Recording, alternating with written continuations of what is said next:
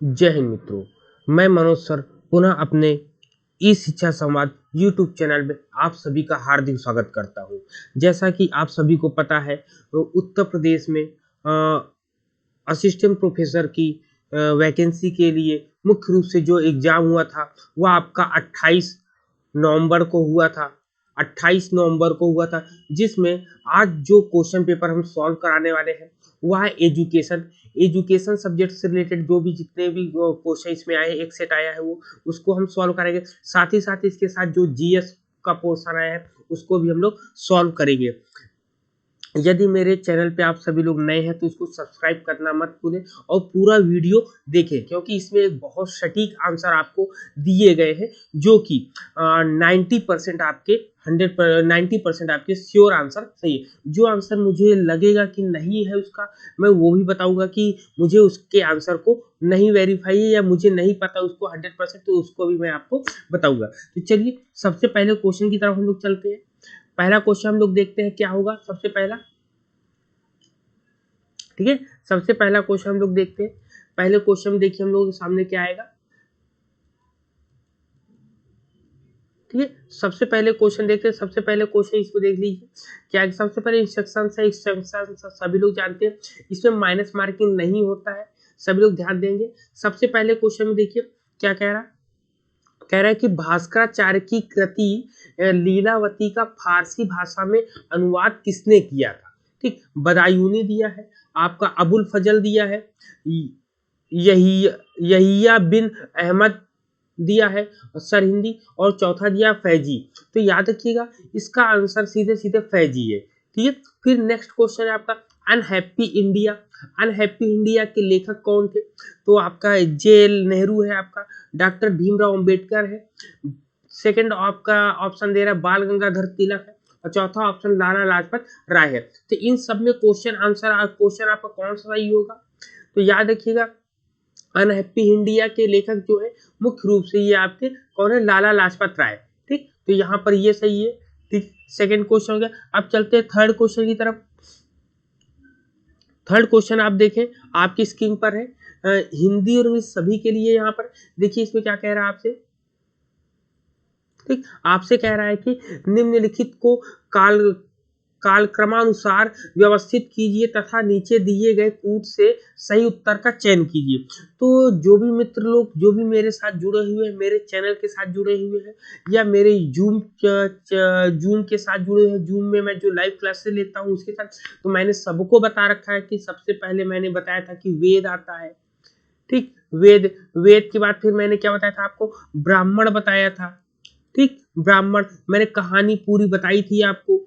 ठीक, ब्राह्मण आता है आपका, ब्राह्मण आता है इसमें। फिर इसके नीचे ब्राह्मण के बाद आपका क्या आता है, अरण्यक आता है आपका।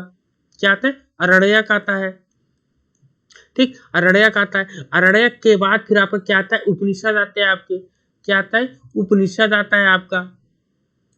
ठीक, उपनिषद के बाद फिर आपका क्या आता है, वेदांग आता है। ठीक, तो इसका करेक्ट ऑप्शन क्या होगा। करेक्ट ऑप्शन आपका कौन सा बैठ रहा है, बी वाला। मतलब पहले नंबर 1 पर ये है, 2 पर ये है, 3 पर आपका ये जाएगा, आपका अरण्यक जाएगा, चौथे नंबर पर आपका उपनिषद जाएगा, और पांचवें नंबर पर वेदांग जाएगा। तो ये इस क्वेश्चन का आंसर ये हो गया। चलिए क्वेश्चन नंबर 3 का आंसर बी है। अब क्वेश्चन नंबर 4 में क्या है कि ज्योग्राफिया नामक पुस्तक निम्नलिखित में से किसने लिखी थी। तो इसमें ऑप्शन दे रहा है टालेमी दे रहा है, अलेक्जेंडर वॉन हमबोल्ट दे रहा है आपका सेकंड वाला, तीसरा वाल्टियर दे रहा है, और चौथा आपसे अबू रेहन बिरूनी दे रहा है। ठीक है, अबू रेहन बिरूनी दे रहा है, जिसमें इस क्वेश्चन का आंसर आपका टालेमी है। आपका क्या है ऑप्शन, ऑप्शन आपका टालेमी है। यहाँ पर करेक्ट आंसर आपका ये। अब चलते क्वेश्चन नंबर 5 की तरफ। क्वेश्चन नंबर 5 में कह रहा है कि निम्नलिखित में से कौन क्रांतिकारी सिल्क पत्र षड्यंत्र से संबंधित था। ऑप्शन कह रहा है कि सूर्यसेन कह रहा है, और ऑप्शन बी वाले में क्या कह रहा है, उबैदुल्ला सिद्दीकी दे रहा है, नंबर 3 पे वीडी सावरकर दे रहा है, नंबर 4 पर महेंद्र प्रताप दे रहा है। ठीक है, तो इस क्वेश्चन का करेक्ट आंसर जो है उबैदुल्ला सिद्दीकी है। कौन है, उबैदुल्ला सिद्दीकी। यहाँ पर इसका ये करेक्ट ऑप्शन है आपका। अब चलते क्वेश्चन नंबर 6 की तरफ। क्वेश्चन नंबर 6 में आप लोग देखें क्वेश्चन नंबर 6 में कह रहा है कि निम्नलिखित में से, कह रहा है निम्नलिखित में से कौन सरकारिया आयोग का एक सदस्य था। पहला ऑप्शन आपसे कह रहा है कहीं के हनुमथैया है आपका, बी वाले ऑप्शन में कह रहा है आपसे वी शंकर है, और सी वाले आपको डॉक्टर एस आर सेन है आपका, और चौथे वाले ऑप्शन में कह रहा है कि ओवी अग्लेशन है आपका, अलगेशन, ठीक, वो भी अलगेशन है। तो यहाँ पर इस सरकारिया आयोग से संबंधित, तो सरकारिया आयोग से मुख्य रूप से डॉक्टर एस आर सेन संबंधित है आपका। क्लियर। अब चलते क्वेश्चन नंबर 7 की तरफ।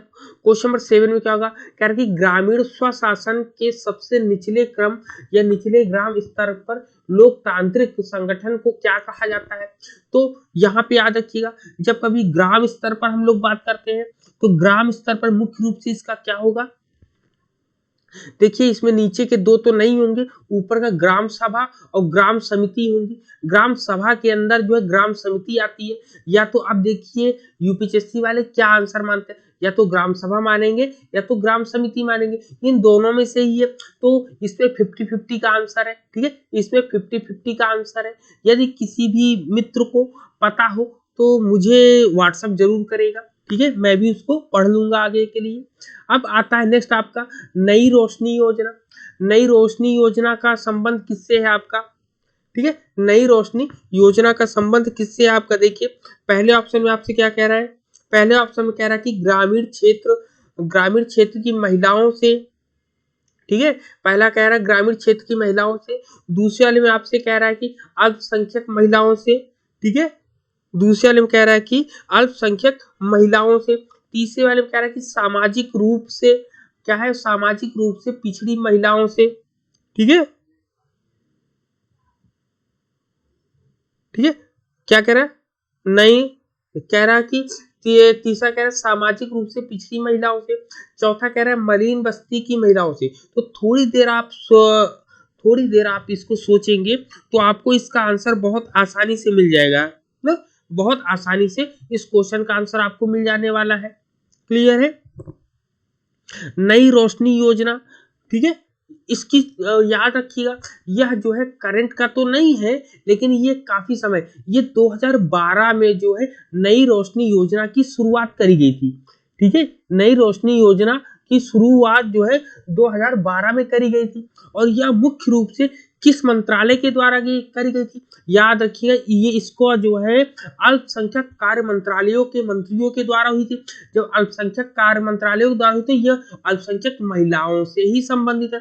ज्यादातर मेरे भाई बहनों लोगों ने सी वाला ऑप्शन लगाया होगा, लेकिन इसका करेक्ट ऑप्शन आपका बी एकदम करेक्ट ऑप्शन है। क्लियर है, क्लियर है ना, बताएं सभी लोग, क्लियर हो गया ना। अब चलते हैं क्वेश्चन नंबर 9 की तरफ। क्वेश्चन नंबर 9 में देखिए क्या कह रहा है, कह रहा है कि भारत को दुनिया का स्वर्ण बुलियन मतलब गर्त कौन कहते थे, मतलब सोने की चिड़िया जो हमारी भारत कहलाती थी ना, उससे भी संबंधित है। तो यहाँ पर देखिए स्वर्ण गर्त कौन कहता था, तो आपका पहला ऑप्शन ग्रीक है, फारसी है, रोमन है और आपके चीनी है। तो यहाँ पर आपका करेक्ट आंसर क्या बैठेगा, ठीक है, यहाँ पर आपका करेक्ट आंसर क्या होगा आपका, तो याद रखिएगा इसका जो करेक्ट आंसर है वो क्वेश्चन वो आपका सी ऑप्शन है आपका, ठीक है, वहां पर आपका ऑप्शन नंबर यहाँ पर आपका सी बैठता है कि रोमन लोगों ने ही इसको सबसे पहले कहा था। ठीक, अब क्वेश्चन नंबर 10 की तरफ देखते हैं। क्वेश्चन नंबर 10 देखिए, कह रहा है कि निम्नलिखित में से कौन सा बैंक पूर्व में इंपीरियल बैंक ऑफ इंडिया के रूप में जाना जाता था। अब देखिए रिजर्व बैंक है आपका, पंजाब नेशनल बैंक है, भारतीय स्टेट बैंक है और नाबार्ड है, ठीक है। तो यहाँ पे इंपीरियल बैंक ऑफ इंडिया के रूप में जो जाना जाता था वो आपका भारतीय स्टेट बैंक है आपका, ठीक। तो ऑप्शन नंबर सी यहाँ पर आपका करेक्ट है। क्या है आपका ऑप्शन नंबर सी यहाँ पर आपका करेक्ट है आपका, ठीक है। अब चलते नेक्स्ट क्वेश्चन नंबर 11 की तरफ। क्वेश्चन नंबर 11 में कह रहा है कि इसमें कह रहा है कि वर्ष 2020 तक भारत के कितने पूर्व राष्ट्रपतियों को भारत रत्न प्रदान किया गया था। तो यहाँ पर उनकी संख्या कुल 6 है आपकी, कितनी 6 है आपकी। फिर नेक्स्ट क्वेश्चन आपका आता है आजादी का अमृत महोत्सव की अवधि क्या थी। पहला ऑप्शन 15 अगस्त से कह रहा है 2022 से, तो 2022 से नहीं, जब ये अभी 2021 से चला तो 2022 की बात ही नहीं है। तो यहाँ सीधे सीधे आपको ऑप्शन नंबर कौन सा हो जाएगा, बी हो जाएगा। ठीक है, अब चलते क्वेश्चन नंबर 13 की तरफ, क्वेश्चन नंबर 13 की तरफ चलते हैं हम लोग। क्वेश्चन नंबर 13 में क्या कह रहा है कि भारत के वित्त मंत्री ने बजट 2021-22 में स्वास्थ्य और आरोग्य के लिए पिछले वर्ष की तुलना में कितने प्रतिशत की वृद्धि करी, तो इस क्वेश्चन का आंसर मुझे नहीं मिला था इसलिए मैंने इस क्वेश्चन का आंसर नहीं लगाया है। क्लियर है, इसका मुझे नहीं पता है। अब चलते क्वेश्चन नंबर 14 की तरफ। 14 में कह रहा है कि लियोन मेंडोका किस खेल से संबंधित है, तो लियोन मेंडोका जो है शतरंज के खिलाड़ी हैं आपके। फिर आपसे कह रहा है कि निम्नलिखित में से उत्तर प्रदेश के किस जिले में जनवरी 2021 से स्ट्रॉबेरी महोत्सव मनाया गया है, तो ये आपका झांसी है, आपका क्या है, झांसी है। अब चलते हैं नेक्स्ट क्वेश्चन, क्वेश्चन नंबर 16 की तरफ।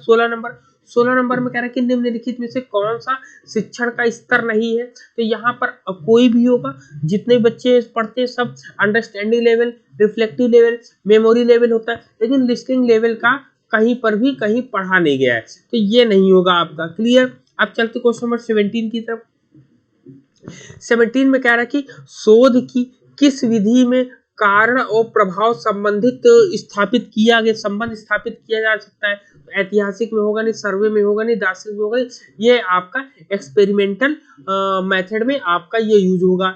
ठीक है, कॉज एंड इफेक्ट की बात होती है। अब चलते हैं नेक्स्ट 18 नंबर में कह रहा है कि एक अच्छी परिकल्पना की निम्नलिखित में से कौन सी सही विशेषता है, तो आपका पहला कह रहा है कि संप्रत्यात्मक स्पष्टता है, दूसरा आपसे कह रहा है कि व्याख्या की परिलक्षणता है, आपका कॉन्सेप्चुअल क्लैरिटी है, और टेस्टेबिलिटी ऑफ एक्सप्लेनेशन है आपका। ठीक, तो ये दो के दोनों ही आपके एकदम क्लियर है, कट एकदम ऑप्शन नंबर सी आपके सही है। अब चलते क्वेश्चन नंबर 19 की तरफ, जिसमें कह रहा है कि in which districts of UP is the first transgender university being established, Basti, Gorakhpur, Deoria और कुशीनगर, मतलब उत्तर प्रदेश के किस जिले में भारत का प्रथम ट्रांसजेंडर विश्वविद्यालय स्थापित किया जा रहा है, तो याद रखिए ये आपका कुशीनगर में स्थापित किया जा रहा है। अब नेक्स्ट आता है आपका क्वेश्चन आपका कि यहाँ पर आपसे कह रहा है कि निम्नलिखित में से नीचे उच्च शिक्षण संस्थान दिए गए हैं और उससे संबंधित आपको सन दिए गए हैं, तो उस सन से संबंधित देखिए आपको पहले में क्या दिया है, पहले में कह रहा है कि विश्वविद्यालय अनुदान आयोग, दूसरे में आपसे कह रहा है कि अखिल भारतीय तकनीकी शिक्षा परिषद। ठीक, तो ये आता है आपका। फिर तीसरे में कह रहा है कि वैज्ञानिक एवं प्रौद्योगिकी, क्या कह रहा है, वैज्ञानिक एवं प्रौद्योगिकी अनुसंधान जो कि 1942 में बना, भारतीय सामाजिक अनुसंधान परिषद 1969 में बना, विश्वविद्यालय शिक्षा 1956 में, लेकिन इसके बारे में जो है ये आपका 1900 कब बना था, 1945 में बना था, तो यही आपका सी, यहाँ पर आपका बी वाला ऑप्शन, यहाँ पर बी वाला आपका करेक्ट हो जाएगा आपका। क्लियर है, बी वाला ऑप्शन यहाँ पर आपका हो जाएगा। अब चलते क्वेश्चन नंबर 21 की तरफ। ठीक, 21 में आपसे क्या कह रहा है कि निम्नलिखित में से देखिए, कह रहा है निम्नलिखित में से कौन ईमेल सेवा नहीं है, which of the following is not N email service है आपका, तो सबसे पहले जीमेल है, याहू है, आउटलुक भी है, नेटस्कैप हम लोगों ने नहीं पढ़ा है इसलिए नेटस्कैप नहीं होगा, यहाँ पर नेटस्कैप नहीं होता है। क्लियर, तो ऑप्शन नंबर डी यहाँ पर आपका क्लियर है, डी ऑप्शन। अब चलते 22 की तरफ।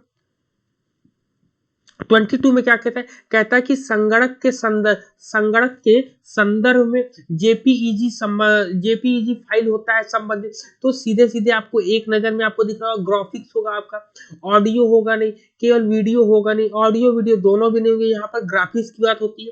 अब नेक्स्ट आपका क्वेश्चन नंबर 23 आता है। क्वेश्चन नंबर 23 में कह रहा है कि बाइनरी नंबर सिस्टम में कितने प्रतीक प्रयोग में लाए जाते हैं, कह रहा है कि in binary number system how many symbols are used, तो यहाँ पर 2, 0 और 1 एंड थर्ड दिया, 3 दिया, तो यहाँ पर ऑप्शन नंबर 1 सही है, जिसमें कह रहा है कि 2, जिसमें 0 हम लोग क्या करते हैं, 0 और 1 का यूज करते हैं हम लोग मुख्य रूप से।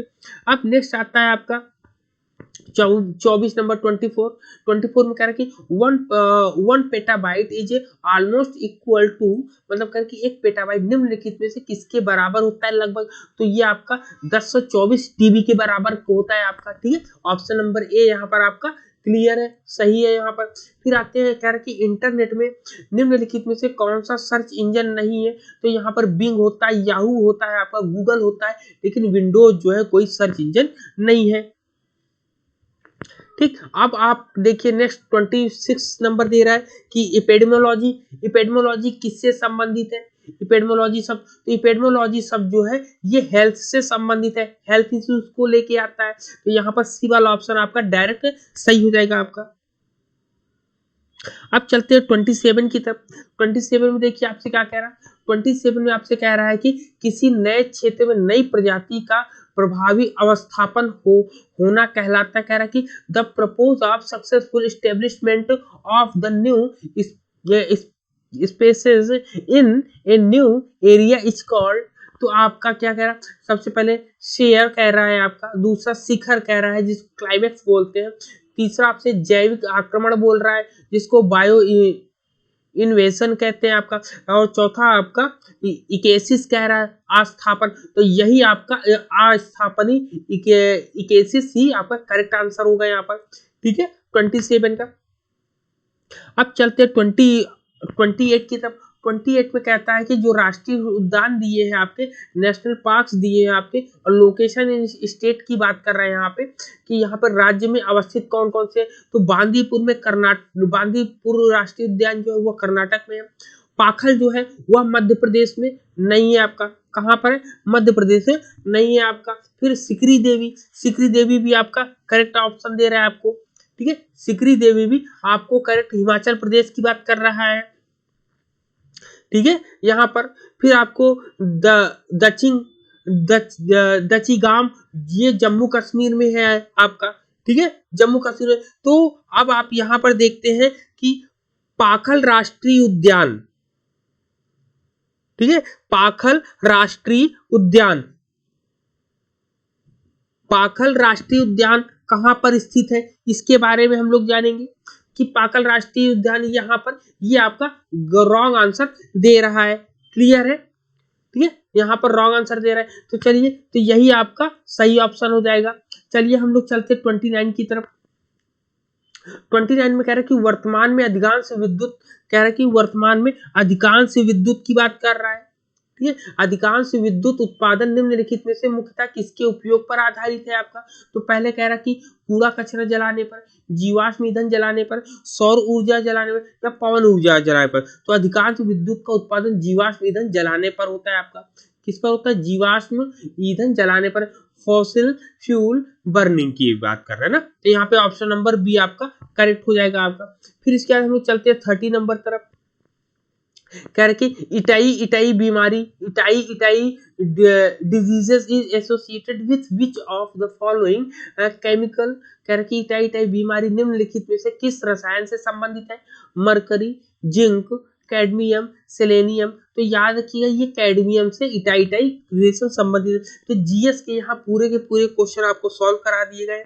अब हम लोग बात करते हैं एजुकेशन की, एजुकेशन के क्वेश्चंस की बात हम लोग करेंगे। अब यहाँ पर ना, यहाँ पर जो लोग भी जुड़े हुए हैं, जो लोग भी यह वीडियो देख रहे होंगे या देखेंगे, इसके बाद मैं रिकॉर्ड करके डाल रहा हूँ, तो याद रखिएगा जो एनटीए यूजीसी नेट की तैयारी कर रहे हैं उनके लिए भी यह पेपर बहुत ही महत्वपूर्ण है। इसलिए इसको लाइक करिएगा, सब्सक्राइब करिएगा और लोगों के साथ शेयर करिएगा। ठीक है, जो आपकी सफलता के लिए बहुत जरूरी है। अब देखिए हम लोगों ने पढ़ा कंसेप्ट अटेनमेंट मॉडल, ठीक है, अवधारणा संप्राप्ति शिक्षण प्रतिमान, या किससे संबंधित है, जीन पियाजे से, जे ब्रूनर से, आपका आशुबेल से, या ग्लेजर से। तो याद रखिए कि कॉन्सेप्ट अटेनमेंट मॉडल जो है आपका जेरोम ब्रूनर से है, जे ब्रूनर से है ना, जे ब्रूनर के कार्य पर आधारित है आपका। फिर नेक्स्ट देखिए 32 में क्या कह रहा है कि निम्नलिखित में से कौन वृद्धि एवं विकास सिद्धांत नहीं है आपका, तो निरंतरता, प्रिंसिपल ऑफ कंटिन्यूटी आपका होता है, प्रिंसिपल ऑफ इंडिविजुअलिटी आपका होता है, प्रिंसिपल ऑफ मॉडिफिएबिलिटी आपकी देखते हैं ये भी होता है आपका। फिर कह रहा है कि प्रिंसिपल ऑफ सेग्रीगेशन आपका होता है, पृथक्करण, तो पृथक्करण नहीं होता है आपका। क्या नहीं होता है, पृथक्करण नहीं होता है, बाकी सब आपके होते हैं आपका। अब देखिए थोड़ा सा ये कंफ्यूज करने वाला क्वेश्चन हम लोग को देता है, ठीक है, हम लोग को कंफ्यूज करने वाला देता है। कह रहा है कि उस व्यक्ति का नाम बताइए जिसने प्रथम बार व्यक्तित्व को अंतर्मुखी एवं बहिर्मुखी में वर्गीकृत किया था। कह रहे कि name the person who classified personality as introvert and extrovert first time. तो यहाँ पे फ्रायड है, युंग है, एडलर है, मास्लो है, जो कि यहाँ पर करेक्ट आंसर आपका युंग होगा आपका। क्लियर, यहाँ पर युंग होगा। अब हम लोग चलते हैं नेक्स्ट क्वेश्चन, क्वेश्चन नंबर 34 की तरफ। 34 क्वेश्चन करने से पहले मैं ये बता दूं कि मैं एनटीए किसके लिए, एनटीए यूजीसी, ठीक है, एनटीए यूजीसी, ठीक है, और नेट, एनटीए यूजीसी नेट के लिए मैं मैराथन क्लासेस लेने वाला हूं, जो कि आपकी 30 तारीख को होगी, ठीक है, एक 30 तारीख को होगी और एक जो है 1 तारीख को होगी। ये 4-4 घंटे की क्लास होगी और इन 4-4 और 8 घंटे में पूरी की पूरी 10 यूनिट को पूरा का की पॉइंट्स के साथ कवर कराने का पूरा प्रयास किया जाएगा।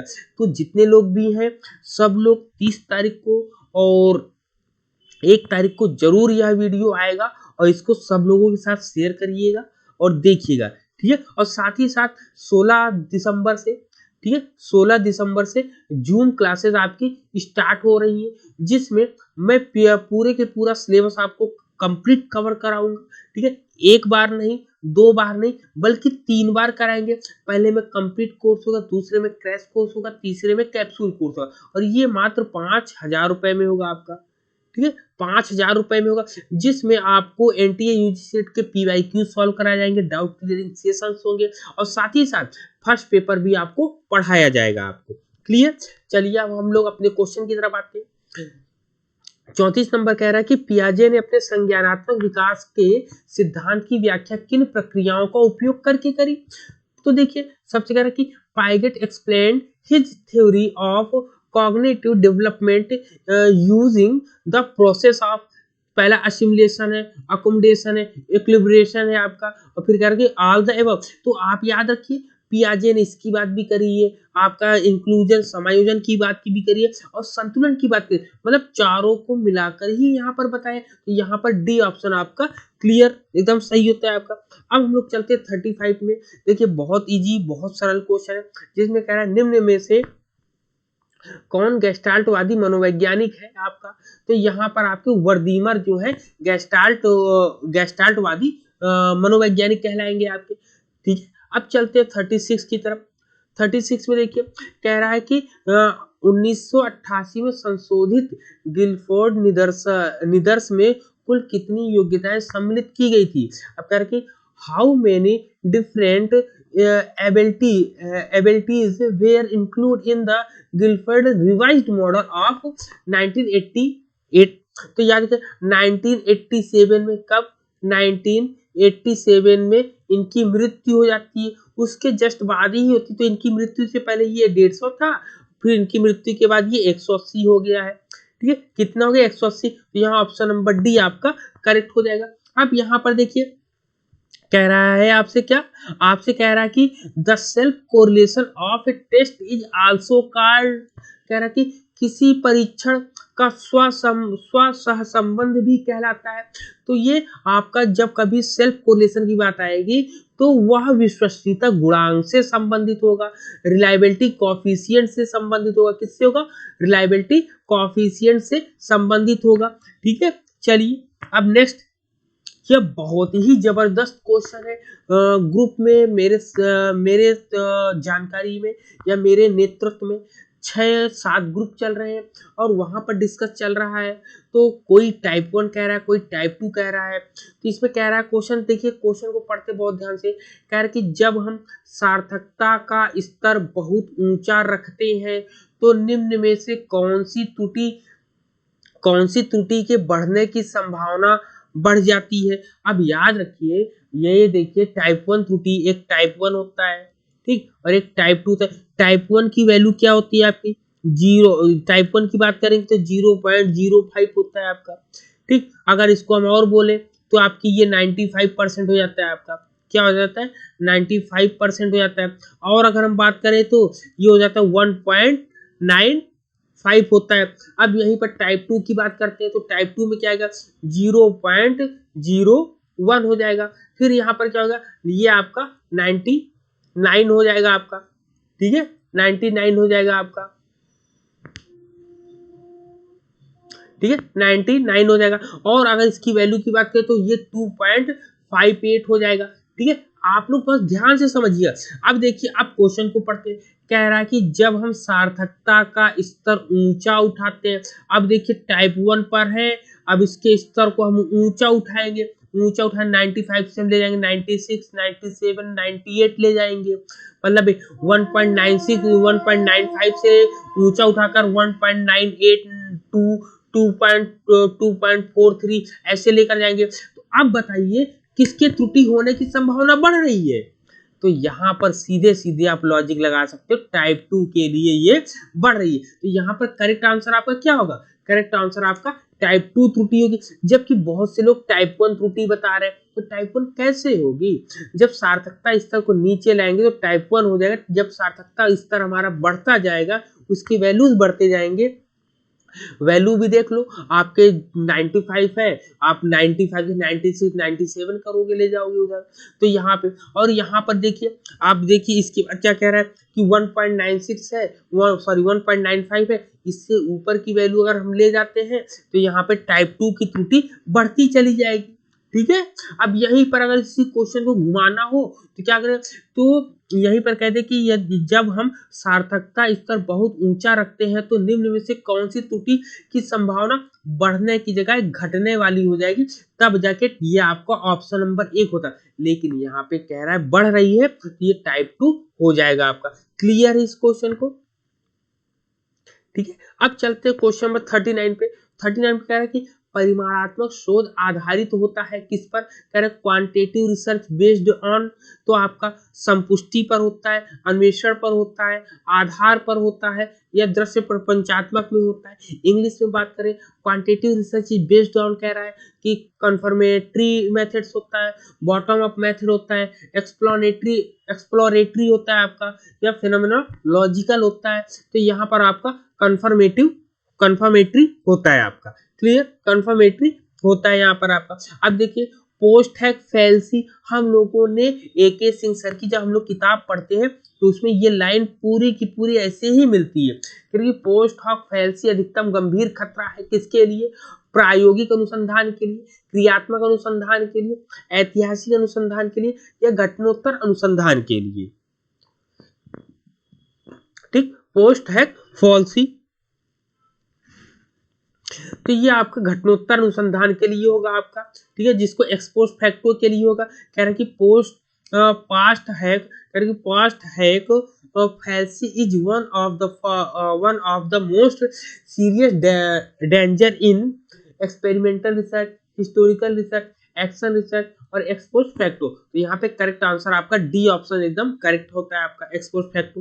अब चलते 41 की तरफ, ठीक। 41 में देखिए क्या कह रहा है, 41 तो और जबरदस्त है आपसे, कह रहा है कि the difference between the value of a parameter and that of corresponding statistics is known as sampling biasness, sampling errors, standard errors, statistical errors की बात कर रहा है। जब कभी जो डिफरेंस कह रहा है कि प्राचल के मान और तथ्य संबंधित सांख्यिकी के बीच का जो अंतर होता है उसको हम लोग स्टैंडर्ड एरर, मानक त्रुटि बोलते हैं। मतलब ऑप्शन नंबर बी आपका करेक्ट है आपका।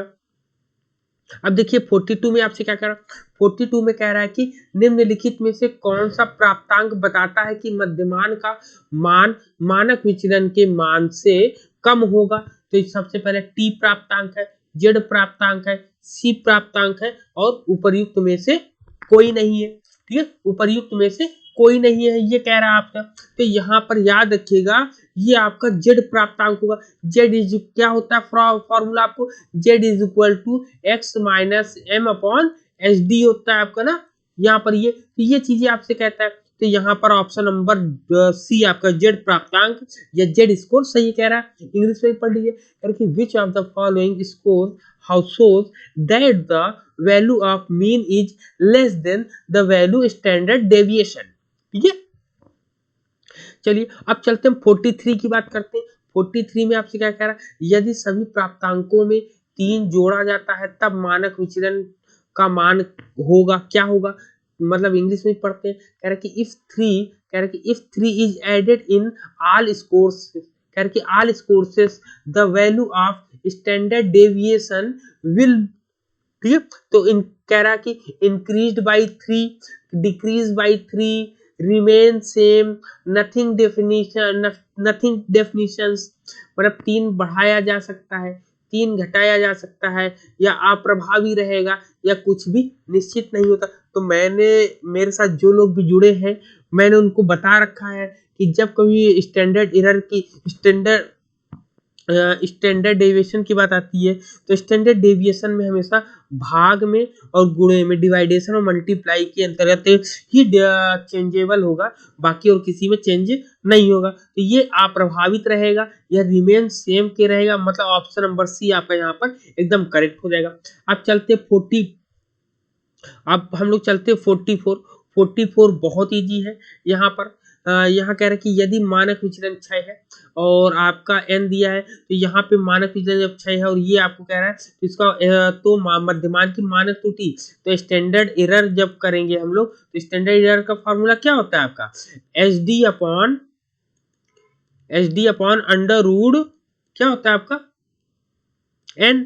तो यहाँ पर वैल्यू जब रखेंगे तब क्या आएगा, 6 अपॉन अंडर रूट आपका 100 आएगा आपका, तो वैल्यू क्या आएगी 6 अपॉन 10 आ जाएगा आपका। ठीक, तो यहाँ पर आपकी वैल्यू क्या है 0.6, ठीक है 0.6 है। तो ऑप्शन आपका कौन सा सही है, ऑप्शन नंबर बी यहाँ पर आपका करेक्ट है आपका। क्लियर, अब चलते नेक्स्ट, आपसे क्या कह रहा है नेक्स्ट में, कह रहा है कि कह रहा है आपसे 45 पे, कह रहा है कि if a researcher wants to represent more than 2 variable at a time he should use which of the following, जिसमें कह रहा है कि हिस्टोग्राम, बार डायग्राम, पाई डायग्राम और आपका स्विंग ग्राफ। तो कह रहा है कि यदि एक शोधकर्ता एक समय में एक साथ 2 से अधिक चरों को प्रतिरूपित करना चाहता है तो उसे निम्न में से क्या प्रयोग करना चाहिए, आयत चित्र है, पाई चित्र है,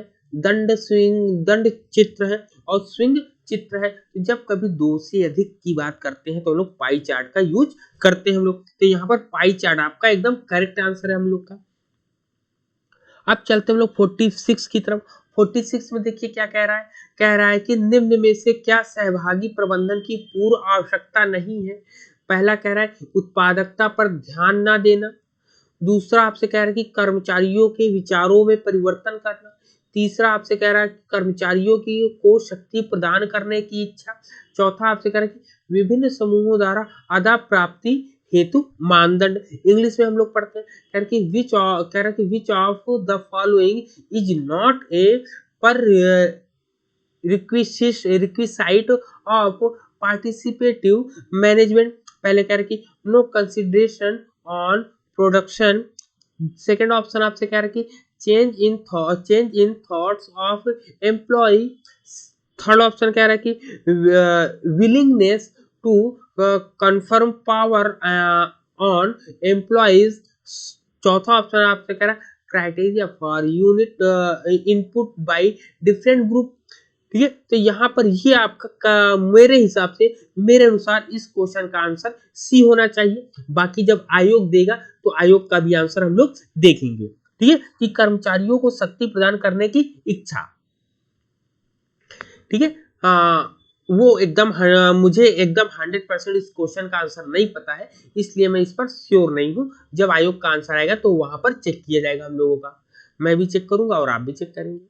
अब देखिए कह रहा कि शैक्षिक पर्यवेक्षण का मुख्य उद्देश्य क्या है, शैक्षिक पर्यवेक्षण का, तो पहला ही ऑप्शन कह रहा है कि शिक्षण अधिगम प्रक्रिया में सुधार लाना, दूसरा कह रहा है विद्यालय परिसर में अनुशासन कायम रखना, तीसरा आपसे कह रहा है कि विद्यालय द्वारा रखे गए अभिलेखों का निरीक्षण करना, फिर कह रहा है विद्यालय प्रशासन की कमियां निकालना, ठीक है। अब देखिए जो भी बच्चा फंसेगा इन दोनों में फंसेगा, तो यहाँ पर ऑप्शन नंबर ए करेक्ट है आपका, ठीक है, ए करेक्ट है। अब हम चलते हैं 48 में। 48 में कह रहा है कि नेतृत्व जिसमें दूसरों के विचारों एवं राय को ध्यान में रखा जाता है को क्या कहते हैं? जनता उन्मुख, प्रजातांत्रिक, एकतंत्री, हस्तक्षेपी। मतलब इंग्लिश में अगर पढ़ रहे हैं तो कह रहा है leadership that takes into account of other views and opinions is called laissez-faire आपका। Second people oriented, democratic, autocratic. तो यहाँ पर डेमोक्रेटिक आपका करेक्ट आंसर होगा 48 का। अब हम चलते हैं 49 की तरफ। 49 में देखिए क्या कह रहा है, कह रहा है कि संगठन के प्रसिद्ध, क्या कह रहा है, संगठन के प्रसिद्ध 14 सिद्धांत, 14 कह रहा है कि famous 14 principle of organisation were given by F Taylor, Henry Fayol, Max Weber और एल्टन मेयो। कह रहा है संगठन के प्रसिद्ध 14 सिद्धांत निम्न में से किसने दिया? तो ये डायरेक्ट आपको आंसर पता होना चाहिए कि हेनरी फ्योल इसके एकदम करेक्ट आंसर है आपके, ठीक है। अब हम लोग चलते हैं 10+2+3 की बात करते हैं। तो 10+2+3 की बात जो है आपकी किसने करी थी? यह मुख्य रूप से आपकी बात करी थी किसने? उच्च शिक्षा आयोग ने, माध्यमिक शिक्षा आयोग ने, या शिक्षा आयोग ने, या फिर आपका महिला शिक्षा आयोग ने। तो यहाँ पर जो आपका करेक्ट आंसर बैठ रहा है वह है आपका माध्यमिक शिक्षा आयोग द्वारा। क्लियर है? माध्यमिक शिक्षा आयोग द्वारा। नेक्स्ट आपसे क्या कह रहा है, कह रहा है कि ये द मॉडर्न, कह रहा है कि the modern approach of management focuses. तो कह रहा है कि प्रबंधन का आधुनिक उपागम ध्यान केंद्रित करता है किस पर? संगठनात्मक अनुपालन पर, संगठनात्मक चिंता पर, संगठनात्मक समृद्धि पर, या प्रबंधकों के पर्यवेक्षण पर। इंग्लिश में पढ़ेंगे। कह रहा है कि the modern approach of management focuses on organisational compliance, organisational concerns. Third वाला ऑप्शन कह रहा है कि ऑर्गेनाइजेशनल ग्रोथ, और डी वाला ऑप्शन कह रहा है सुपरविजन ऑफ मैनेजमेंट। तो इस क्वेश्चन का भी आंसर मुझे एकदम 100% श्योर नहीं पता है, इसलिए जब आयोग का आएगा या आप लोग को पता होगा तो आप लोग भी मुझे शेयर करिएगा आंसर, मेरे व्हाट्सएप नंबर पे ये कमेंट करके जरूर बताइएगा, ठीक है। इस क्वेश्चन का आंसर मुझे नहीं पता है ना, क्या लिखेंगे? नो आइडिया, नो आइडिया, ठीक। अब चलते हैं 52। 52 तो सभी लोग जानते हैं, ये तो कई बार क्वेश्चन है, रिपीटेड क्वेश्चन है कि आप प्राचलिक कह रहे कि which one of the following is non parametric test की बात कर रहा है। तो ये आपकी काई स्क्वायर हो जाएगा, आपका क्या हो जाएगा? काई स्क्वायर हो जाएगा आपका। नेक्स्ट आपका 53। 53 कह रहे कि reliability of a test is related to, कह रहे कि the view of examiners. Second कह रहा है कि the fulfilment of the aim of a test.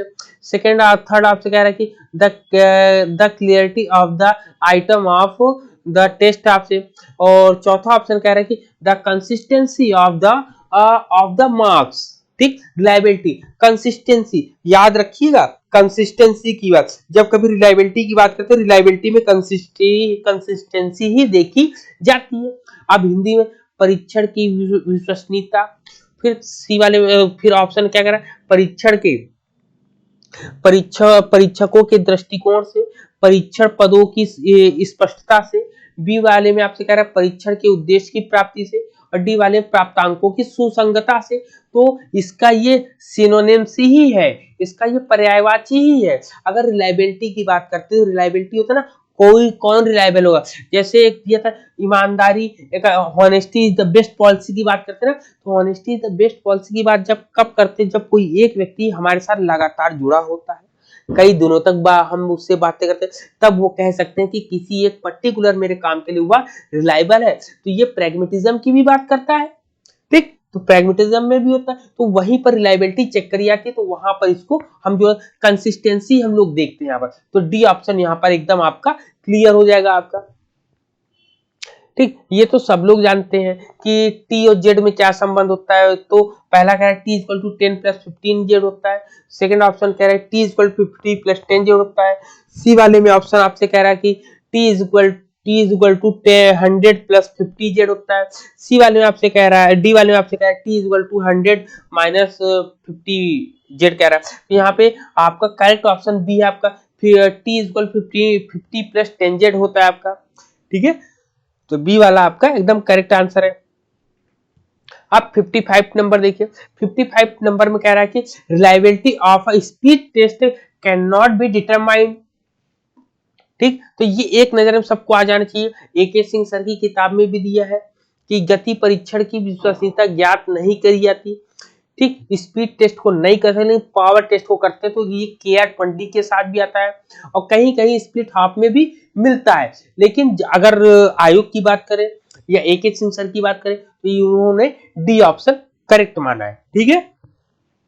चलिए अब चलते हैं यहाँ पर, देखिए इसमें कह रहा है कि which of the following measure can give an estimate can central tendency. अब सेंट्रल टेंडेंसी की बात करते हैं तो सेंट्रल टेंडेंसी की बात करते हैं तो सबसे पहले आता है मीडियन आता है, ठीक है।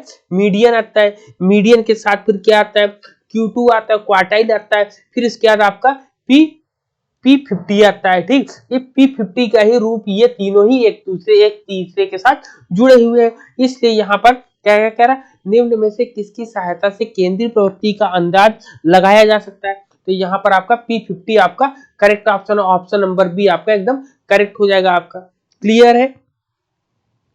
अब देखिए नेक्स्ट क्वेश्चन में आपसे कह रहा है कि the method for estimating reliability given by Cooder and Richardson is appropriate for heterogeneous test, homogeneous test, both A and B, और डी वाले में करके none of the above। तो यहाँ पर करेक्ट ऑप्शन आपका ऑप्शन नंबर 2 होगा। हिंदी में पढ़ लेते हैं, कारण कि कूडर तथा रिचर्डसन द्वारा विश्वसनीयता ज्ञात करने की दी गई विधि उपयुक्त है विजातीय परीक्षण के लिए, सजातीय परीक्षण के लिए, दोनों के लिए, या डी उक्त में से कोई। तो आप AK सिंह सर की भी किताब उठाकर देख सकते हो, उनकी आपकी मेन की पॉइंट्स में लिखा हुआ है, ठीक। होमोजीनियस, ठीक है, होमोजीनियस लिखा हुआ है, ठीक है। तो यहाँ पे ऑप्शन नंबर बी आपका करेक्ट हो गया।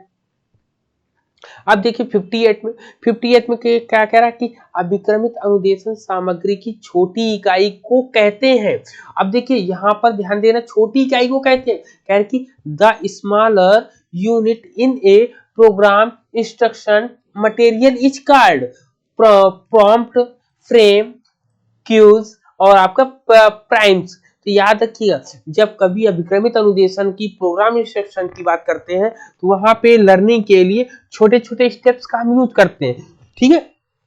छोटे छोटे फ्रेम बनाते हैं, उस छोटे फ्रेम को ही बनाने की वजह से ही ये सबसे छोटी इकाई जो है इसके अंतर्गत आती है, फ्रेम के अंतर्गत आती है आपकी।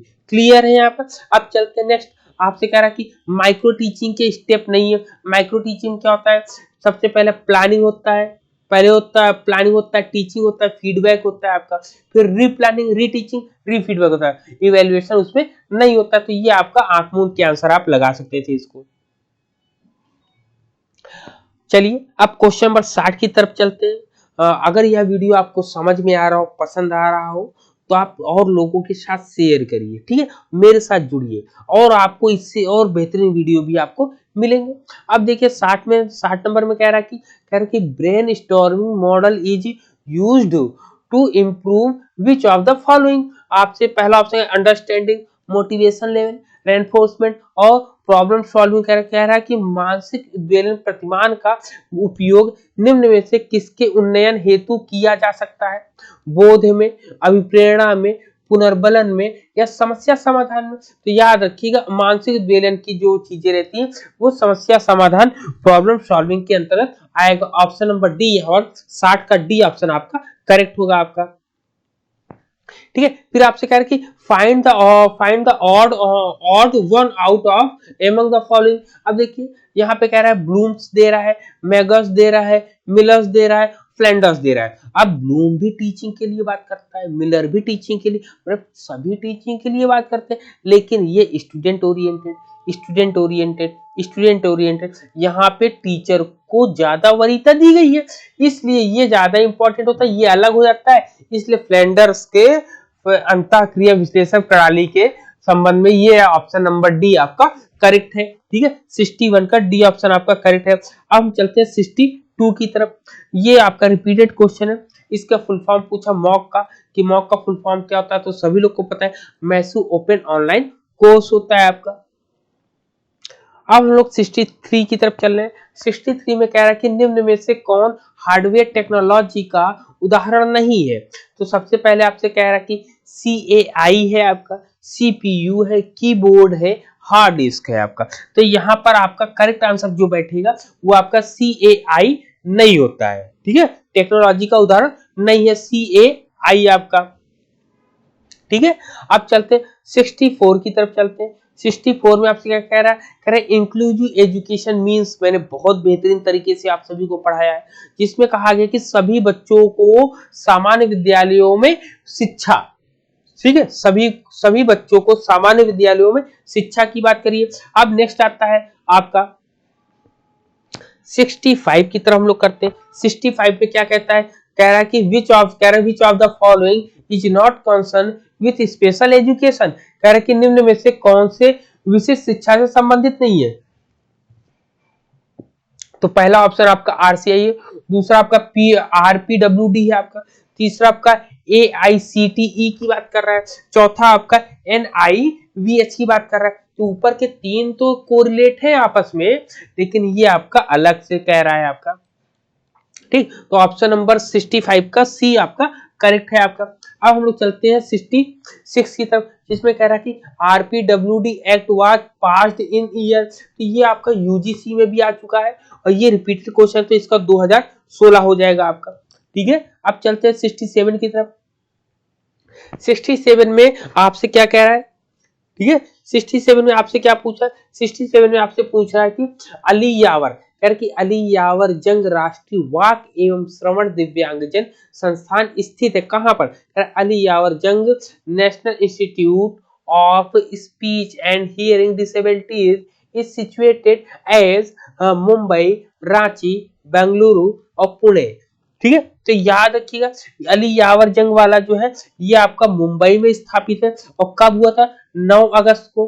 कब हुआ था, 9 अगस्त को। और सन कौन सा था आपका, 1983। ठीक, 9 अगस्त 1983 को हुआ था आपका। ठीक, अब चलते हैं नेक्स्ट क्वेश्चन में। आपसे कह रहा कि when the RCI become a statutory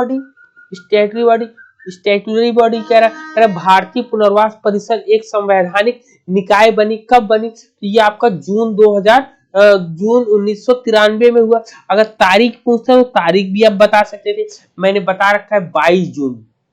ठीक, बता रखा है क्या, 22 जून आपको बता रखा है। क्लियर है। अब देखिए नेक्स्ट आपका क्या आता है, नेक्स्ट आपका 69 आता है। 69 में कह रहा है कि which of the following is not related to the empowerment of disabilities. ठीक, कौन सी, कह रहा है कि निम्न में से, कह रहा क्या कह रहा है आपसे, कह रहा है कि निम्न में से कौन दिव्यांग जनों के सबलीकरण के से संबंधित नहीं है। तो आपसे कह रहा है RPWD एक्ट है, UNCRPD है, NIEPVD है आपका और CPWD है आपका। तो इतने हैं आपका। तो UN आपको पता है आपका RPWD एक्ट 2016। इसकी सबसे पहले बात अगर हम करेंगे तो यह मुख्य रूप से 2006 में बात करी गई थी। इसकी कब करी गई, 2006 में तो बात हुई थी 3 दिसंबर 2006 में, 13 दिसंबर 2006 की बात करी थी। लेकिन इसको जो है भारत में अगर हम बात करें तो भारत में इसका उजागर 2000 कब हुआ था, 2007 में हुआ था।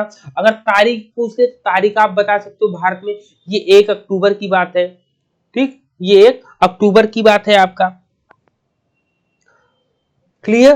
तो अब देखिए अब इसमें क्या है आपका, और CPWD की बात, तो ये आपका मुख्य रूप से 1885 में इसका निर्माण हुआ था, सॉरी 1884 में इसका निर्माण हुआ था।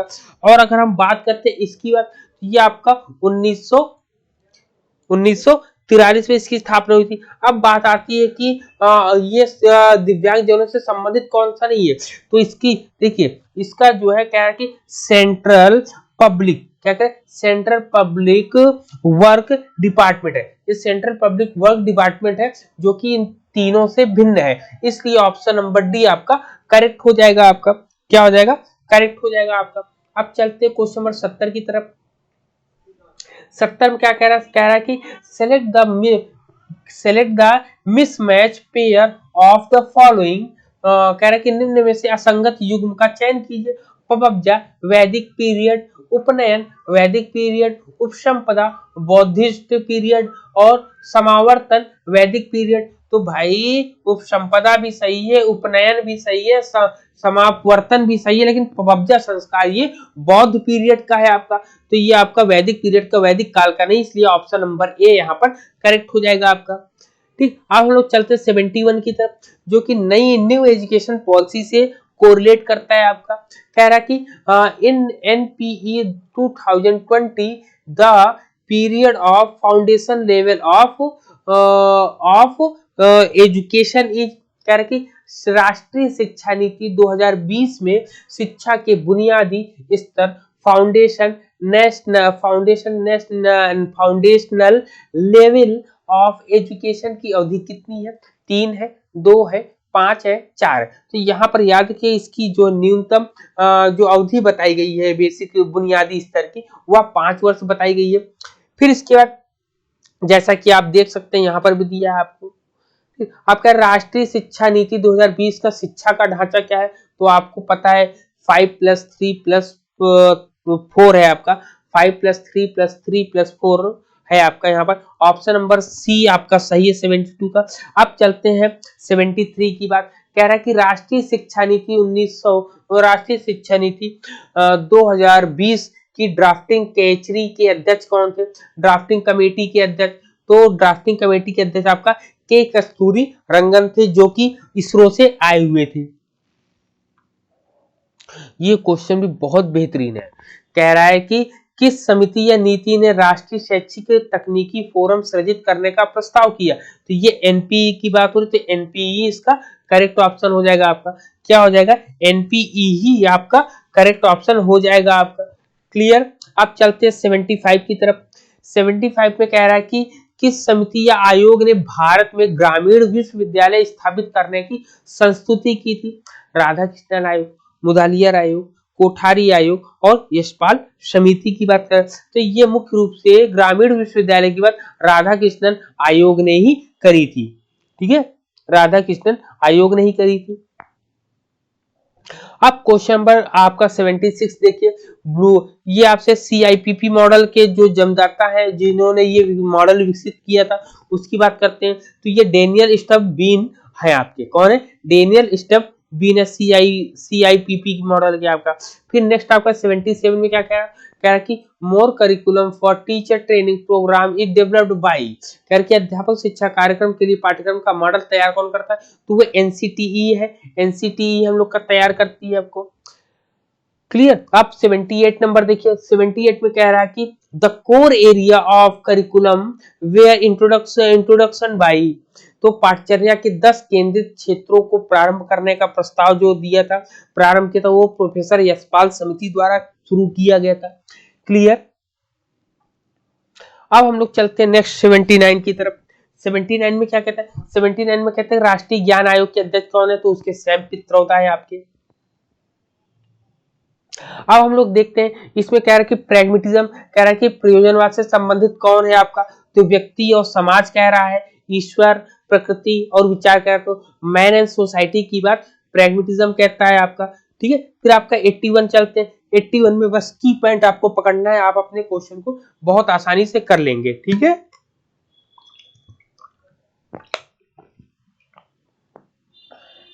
चलिए, इसमें क्या कह रहा है? कह रहा है कि केवल व्यक्तिगत रूप से ही व्यक्ति को वस्तुतः शिक्षित किया जा सकता है। सामूहिक रूप से लोगों को केवल प्रशिक्षित किया जा सकता है। यह कथन किस दार्शनिक विचारधारा से है?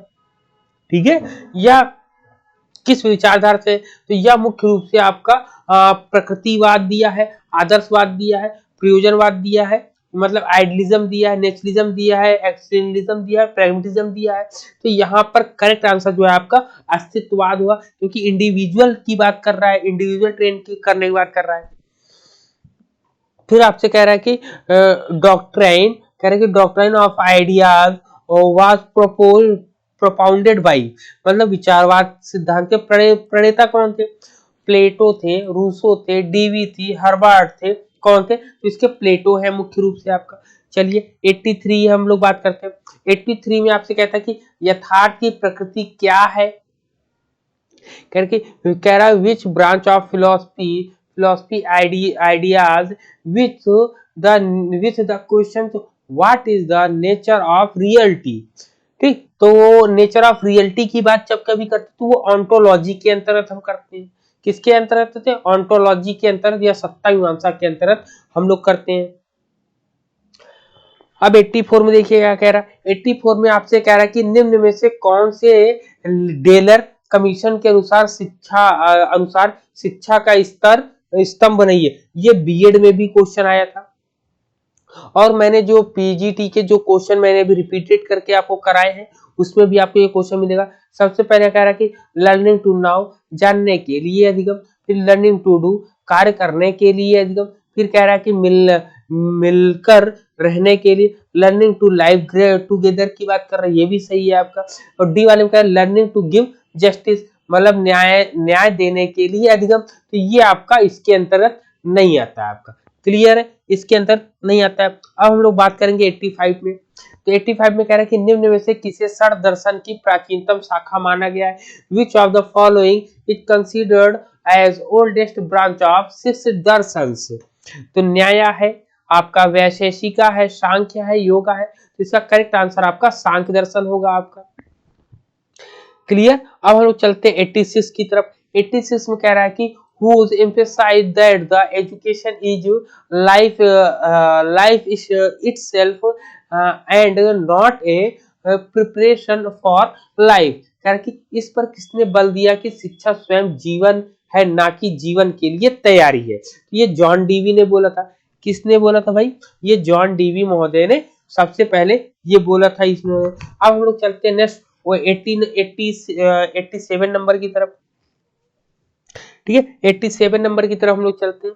87 देखिए क्या कह रहा है। 87 में कह रहा है कि which one of the following is not an externalism philosophers. तो यहाँ पे जयपाल सार्क भी है, निश्चय भी, मतलब निम्न में से कौन अस्तित्ववादी दार्शनिक नहीं है, यहाँ पर बताना है आपको। तो यहाँ पर जयपाल सार्क भी, निश्चय भी है, और मार्शियल ग्रेवियल मार्शल भी है, हर्बर्ट जेफ हर्बर्ट इसके नहीं है, अस्तित्ववादी नहीं है आपका। तो यहाँ पर सी ऑप्शन आपका यहाँ पर करेक्ट हो जाएगा 87 का। अब चलते हैं 88 की तरफ। 88 में कह रहा है कि डेमोक्रेसी एंड एजुकेशन नामक पुस्तक किसने लिखी थी? तो ये जॉन डीवी ने लिखी थी हम लोगों की। फिर आपसे कह रहा है कि 89 में कह रहा है कि सामाजिकरण की प्रक्रिया, socialization is a process of participation in social ceremony की बात कर रहा है। सेकंड में कह रहा है कि knowing the achievement of forefathers की बात कर रहा है। थर्ड वाले ऑप्शन में कह रहा है कि learning social habits, attitudes and values की बात कर रहा है। डी वाले में आपसे कह रहा है कि challenging the result and norms of social life की बात कर रहा है। तो अब देखिए सामाजिक प्रक्रिया के अंदर कह रहा है कि सामाजिक समारोहों में भाग लेना आता है, पूर्वजों की उपलब्धियां जानना ये भी आता है, सामाजिक आदतें, वृत्तियां, मूल्य ये भी आता है। आता ही नहीं आता पता नहीं, देखते भी। तो सामाजिक जीवन में नियमों और मान्यताओं को चुनौती देना, तो ये आपका चुनौती देना ये भी सामाजिकरण के अंदर आता है। लेकिन सी वाला आपका इन तीनों में से ज्यादा बेटर पड़ रहा है सामाजिक प्रक्रिया में, जिसमें सामाजिक आदतें भी आती है, प्रवृत्तियां भी आती है, मूल्य सीखना भी आता है आपका। अब देखिए 90 नंबर क्वेश्चन में, 90 नंबर क्वेश्चन कह रहा है कि structure of social system does not included. तो पहला कह सामाजिक व्यवस्था की संरचना में शामिल नहीं है आपका लक्ष्यों की प्राप्ति, विनियामक मानदंड, सांस्कृतिक मूल्य, विधिक भूमिकाएं, मतलब कि अटेनमेंट ऑफ गोल। कल सेकंड ऑप्शन कह रहा है कल्चरल वैल्यूज, आपसे कह रहा है कि थर्ड ऑप्शन कह रहा है रेगुलेटरी नॉर्म्स कह रहा है। चौथा आपसे वैरायटी ऑफ रोल्स की बात कर रहा है, तो यहाँ पर लक्ष्यों अटेनमेंट ऑफ गोल्स यहाँ पर आपका नहीं आएगा आप लोग का, ठीक है हम लोग का। अब बात आती है कि भारत 91 में क्या कह रहा है, भारतीय समाज के कमजोर वर्गों के लिए शैक्षिक प्राविधान भारतीय संविधान के किस अनुच्छेद से संबंधित है, तो ये अनुच्छेद 46 से कोरिलेट कर रहा है, 46 से संबंधित है। जो भी लोग मेरे साथ जुड़े हुए हैं वह लोग इस वीडियो को लाइक करिएगा, शेयर करिएगा और कमेंट करके बताइएगा कि यह वीडियो कैसा लगा। और जो मैंने आपको सूचनाएं दी है कि 16 दिसंबर से आपके जूम पर क्लासेस शुरू होंगी, ठीक है, जिसमें सब्जेक्ट और आपको फर्स्ट पेपर दोनों पढ़ाएगा, मात्र 5,000 रुपए में पढ़ाया जाएगा। और एक खास जानकारी कि 30 तारीख की शाम को 5 बजे और 1 तारीख को यही इसी टाइम पर आपको मैराथन क्लासेस मिलेंगी, क्योंकि 2 क्लासेस में ही पूरा खत्म करने का प्रयास किया जाएगा। ठीक, अब चलते क्वेश्चन नंबर 92 में कह रहे हैं कि इक्विटी मींस मतलब कि इक्विटी मतलब होता है समाधिकार का, मतलब कि बराबरी की साझेदारी होगी ना, क्या होगी यहाँ पर बराबरी की साझेदारी, मतलब ऑप्शन नंबर 1 यहाँ पर करेक्ट है। अब चलते नेक्स्ट क्वेश्चन 93 में क्या कह रहा है आपसे कि which of the following is not social change, कह रहा सामाजिक परिवर्तन नहीं है। पहला कह रहा है कि change in structure of society मतलब सामाजिक संरचना में परिवर्तन। दूसरा कह रहा है चेंज इन ह्यूमन रिलेशनशिप, कह रहा है कि मानव संबंधों में परिवर्तन होता है। फिर तीसरा आपसे कह रहा है कि change in attitude idea and values, तो ये क्या कह रहे हैं अभिवृत्ति आदर्शों एवं मूल्यों में परिवर्तन। चौथा आपसे कह रहे हैं चेंज इन इंडिविजुअल हैबिट्स की बात कर रहा है यहाँ पर, तो क्या होगा कि तो यहाँ व्यक्तिगत आदतों में परिवर्तन जो है आपका ये आपका सोशल चेंज के अंतर्गत नहीं आएगा, तो यहाँ पर ऑप्शन नंबर डी आपका एकदम करेक्ट हो जाएगा। अब चलते हैं 94 की तरफ। 94 में देखिए आपसे क्या कह रहा है, 94 में कह रहा है कि निम्न में से कौन सा सांस्कृतिक परिवर्तन में रुकावट नहीं है आपका,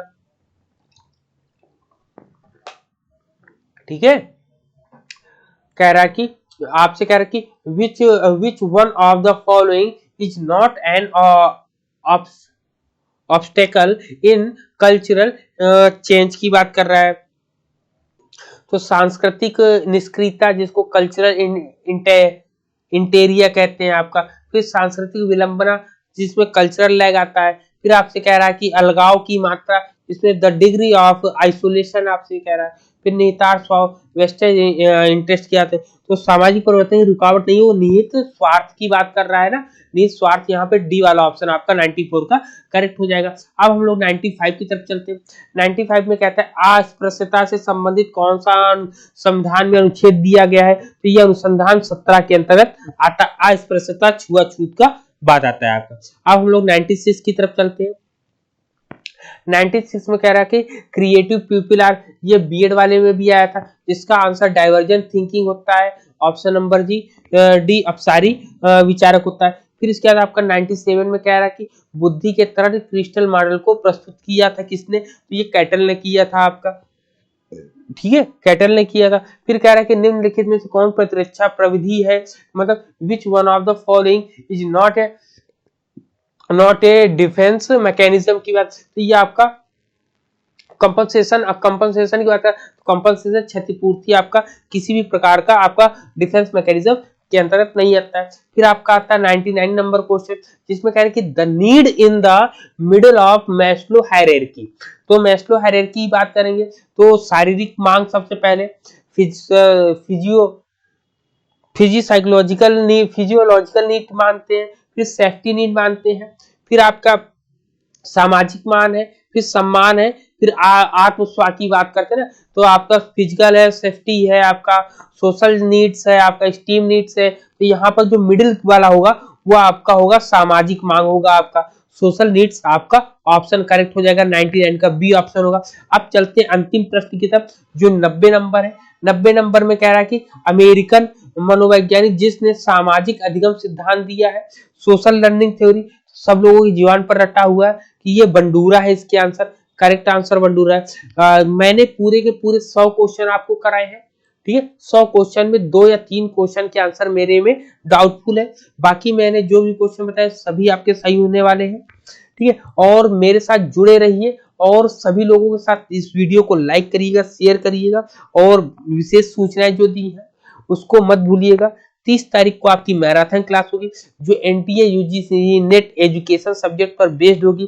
उसमें पूरे की पूरी यूनिट 1 से लेके यूनिट 10 तक के सभी मैटर आपको रिवाइज करे जाएंगे, वो भी पीवाई की वो शॉर्ट नोट्स के द्वारा, की पॉइंट्स के द्वारा आपको प्रोवाइड कर जाएंगे। तो वह वीडियो भी देखना मत भूलिए और ऐसे ही लगातार मेरे साथ जुड़े रहिए नए वीडियो और आकर्षक वीडियो पाने के लिए।